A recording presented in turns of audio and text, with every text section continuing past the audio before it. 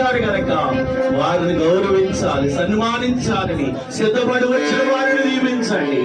అయ్యా, నీ పిల్లలైన వారు, అయ్యా పాస్టర్ గారు పిలిచారు, మనం వెళ్ళాలని.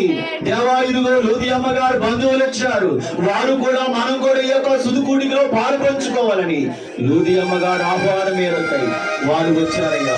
అందరిని దీవించండి, ఆశీర్వదించండి, పేరు పేరున మీరు బలపరచండి దేవా. ప్రత్యేక ఆశీర్వాదములు ప్రతి ఒక్కరూ చూడగలిగినట్లు ఈ కార్యములు జరిగించు ప్రభువా. యేసు ప్రభువా, నీ కృప చూపించి కార్యాలు జరిగించండి. ఈ బలము చేత మమ్మల్ని బలపరచండి.